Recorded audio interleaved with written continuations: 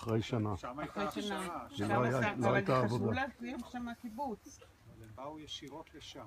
אבל הוא אחר כך מהר מאוד חזר לכפר גלעדי, וחפקא נשארה שם באיזושהי תקופה.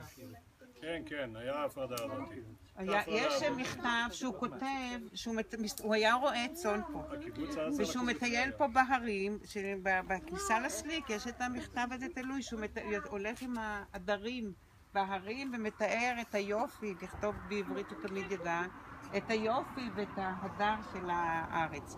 אחר כך באיזה שלב גם התגייס לצבא, והיה גם היה קרבי, היה נהג של אוטובוסים וזה.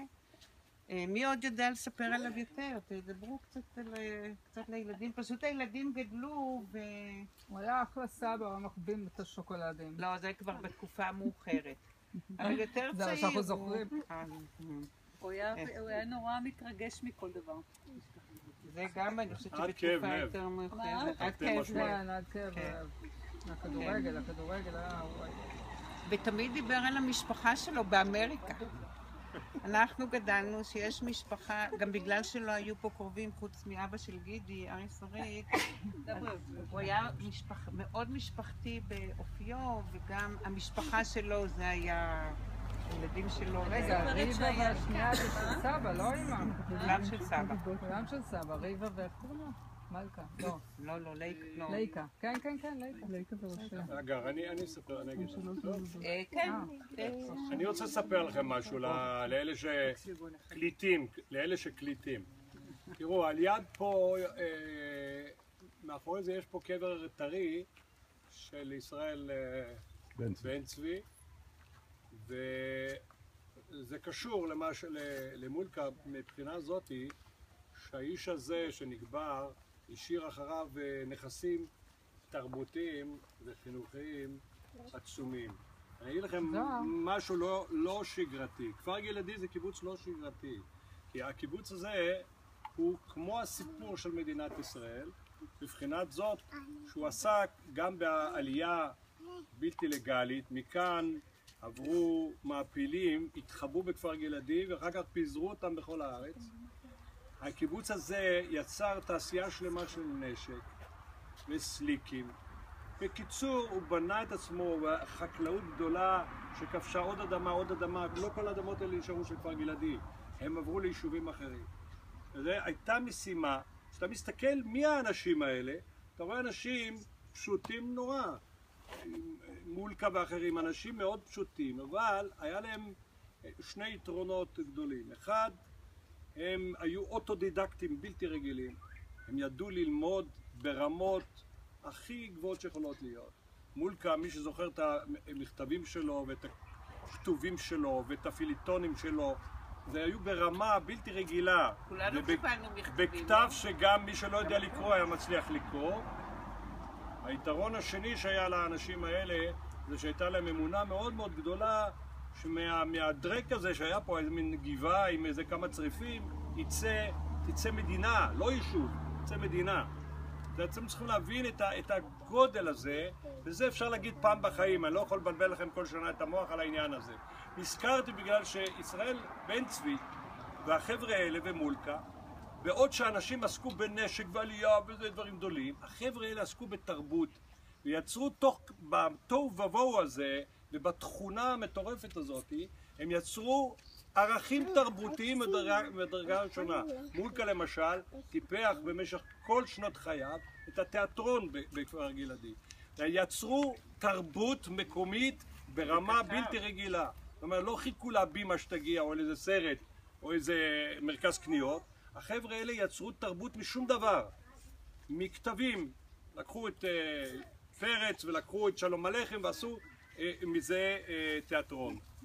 והתיאטרון הזה, תראו, אנחנו עכשיו הולכים לחגוג 100 שנה. ויושבת ועדה מאוד גדולה, שהם כבר דור שלישי ורביעי. אומרים, מה נעשה כדי להנציח גם את העבר? 1 ו-2 מגיעים לתיאטרון של החתונה בעיירה, וכל הדברים האלה שהחבר'ה האלה יצרו אותם במו ידיהם. עד היום הדברים כתובים ויש אפילו תלבושות מהימים ההם. מה שאני רוצה להגיד לכם, שהעוצמה התמונה באנשים האלה, והצניעות המלווה שהייתה לאנשים האלה יצרה מערכת תפארת בלתי רגילה שמקרינה עד היום הזה. אני לא רוצה להיכנס לפוליטיקה עכשווית, לא הכל דרק. ובתוך הדרק הזה, או שישנו והבלגן הזה, אתם תראו שיש ויכוחים על ערכים שהחבר'ה האלה כבר עסקו בזה 100 שנה אחורה. אז כשאני חושב על מולקה, אז נכון שתמיד חושבים על השוקולד והאבא וזה, זה לא כל כך חשוב. האבא שאתה מכיר מקרוב, שגם פה ושם חטט גם באף, אתה לא... אבא, חמוד נורא, חמוד נורא. אני אומר לכם, בפרספקטיבה, עמוס, זה בשבילך. יכול להיות שגם אתה תהיה כזה. בפרספקטיבה של זמן, האנשים האלה הם גיבורים בלתי רגילים, שאפילו הם לא חשו שהם גיבורים, אבל אני יודע שהם גיבורים. עוד פרק אחד וזה נגמור. בכיתה ט' באתי לכאן למחנה עבודה עם הצופים. והסתובבנו פה, באנו מבאר שבע, באנו איזה 40 חבר'ה, באר שבע לא היה עץ אחד לנוח שם תחתיו. ובאנו והתיישבנו גם באזור הזה וגם למעלה, באזור, היו שם, איפה שהנעורים, והיו שם אספה ופינת חי. אנחנו השתגענו לראות את זה. הצד הבא ממחרת זה שהלכנו לבריכה, וראינו ילדים כאלה, כמו כאלה שישנם פה, כולם שזופים, רצים יחפים וקופצים לבריכה, אנחנו לא ידענו לשחות בכלל. לא ידענו מה זה בריכה.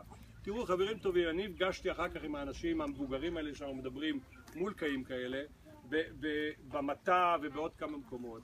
והם היו, העברית שלהם וזה, זה היה, אתם יודעים, אנשים בני 50 נראו לנו זקנים אז, בגילנו. אני כבר אז הבנתי מה שהרבה אנשים אחרים לא תמיד הבינו, שהלוואי והייתה ניתנת לי ההזדמנות להיות אחד מהם. אני לא שכחתי את זה.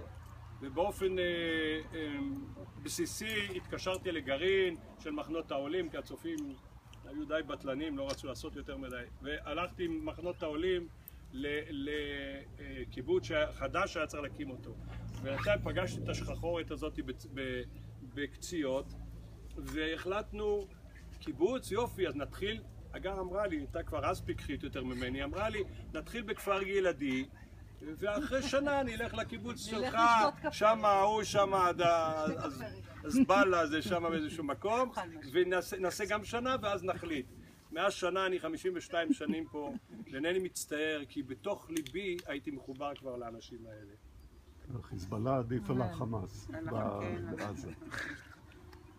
פה לפחות אנחנו יודעים איפה המקלטים. בעניין של המעפילים, זה מתקשר לכנס שהיה לפני שבועיים. א', כולם חשבו שאני עמוס משום מה. עמוס, לא משנה. בגלל הצבע. רשמת כמה חבר'ה לפחות? בא אליי, אני אגיד לך את השמות שלהם, שתוכל לקרוא להם, לא יודע. לא, מחר להם. בא אליי אחד בשם דרורה, אתם זוכרים אחת דרורה? יוציא הספר. יש לה ספר. ספר, היא טמבלית. כן? כן. היא באה אליי, עמוס, יש לי בשבילך סטארט-אפ. סטארט-אפ זה טוב. לא תיקנתי אותה. כי אחותה תהילה איתנו לא יודע מי זאת. לא תיקנתי אותה, אמרתי מה הסטארט-אפ. אז היא אמרה לשחזר את הברכה של היהודים שהביאו מלבנון, לעשות מסלול כזה למטיילים, כן, וזה. אז אני אומר לה, תשמעי, מה זה מרג'יון, זה לבנון, מי ייכנס? היא אומרת, נעשה איתם הסכם. פיצחת הזה. שמעון קור בחי הקור. אהבתי. כן, נכון. אבל ב6:30 ברחתי. זה היו הפגישות. רגע לפני שאתה צריך, אתה יודע, לפתוח את הציר. אז לא היית עדיין השולחן עם איזה צורות. זה לא היה הוא. בשלב הזה כבר זה היה עמוס. לא הוא ולא עמוס. אבל זה היה ולנסי. לא, זה בגלל שאני נמוך, היית צריך להיות. אבל לי יש שאלה רגע. אני כל הזמן מתבלבלת. מולקה? סבא מולקה, שהוא עלה, שהוא עזב לפה, כמה אחים הוא השאיר שם, מי ניצל, מי מת? מי מת, מי ניצל? אני התבלבלת מי לגמרי. בחרב, מי היו באש. 8. כן. נולדו 8. אצל אמת? מתועד. כשהוא היה חי, כשהוא עלה לפה, עדיין כל השבעה היו בחיים. והיו שם עדיין בלטביה. לא, בליטא. הוא היה צעיר. בארצות הברית הוא היה צעיר. לא? שתי אחיות ואח היו כבר בארצות הברית. הוא בכלל לא פגש אותם בחייו. ואח שלו, ואיך קראו לאחות? שתי אחיות ואח היו כבר בארצות הברית. עוד 3 מתו, נהרגו שם, בשואה. כן. על גדות הנהר. תקשיב, זה מאוד חשוב, תקשיב. כן, רגע, אז שני אחים היו, אחד בטוסון ואחד. מי היה בשיקגו? לא היה? כן. הבנות של חיימוס, לא הייתה לא, האחייניות שלו בעצם. ריבה ולייקה ורשל זה אחייניות שלו. אבל בגיל שלו ניצן. רגע, הלאה, החמישה עמוס, כמה היו בארצות הברית? 2 או 3? שתי אחיות ואח. 3. סבא זה 4. ואז נשארו שם 3. עוד 4 נרצחו. אולי מישהו מת שהוא היה צעיר, אני לא זוכר. היה סיפור על 2 אחים צעירים. אין את מי לשאול, זה ממש... אמא, יכול לרדת מכאן אגב, 5. לא, מישהו מבוגר לא, איתנו. אצל חבר יודעים הכל. יש לנו דניאל פעם ראיין אותה ואיתי ניר איתנו, זרום. ויש... לא, אבל גם הכל רשום סליחה, אני איתה. עשיתי איתה 3 אלבומים או 5. כן, אלבומים וגם יש את ה... נתתי אותם. איך קוראים לזה? לגידו? קוראים לעבודה שעושים נתנה אותם לגידו. כי היו שם הרבה אנשים שמתו. סבתא. שהיא חייבת לרשום. כולם נרצחו, נשאר בן אדם בודד. צריכה להנציח זה שטבע בכנרת, 2 המפרים.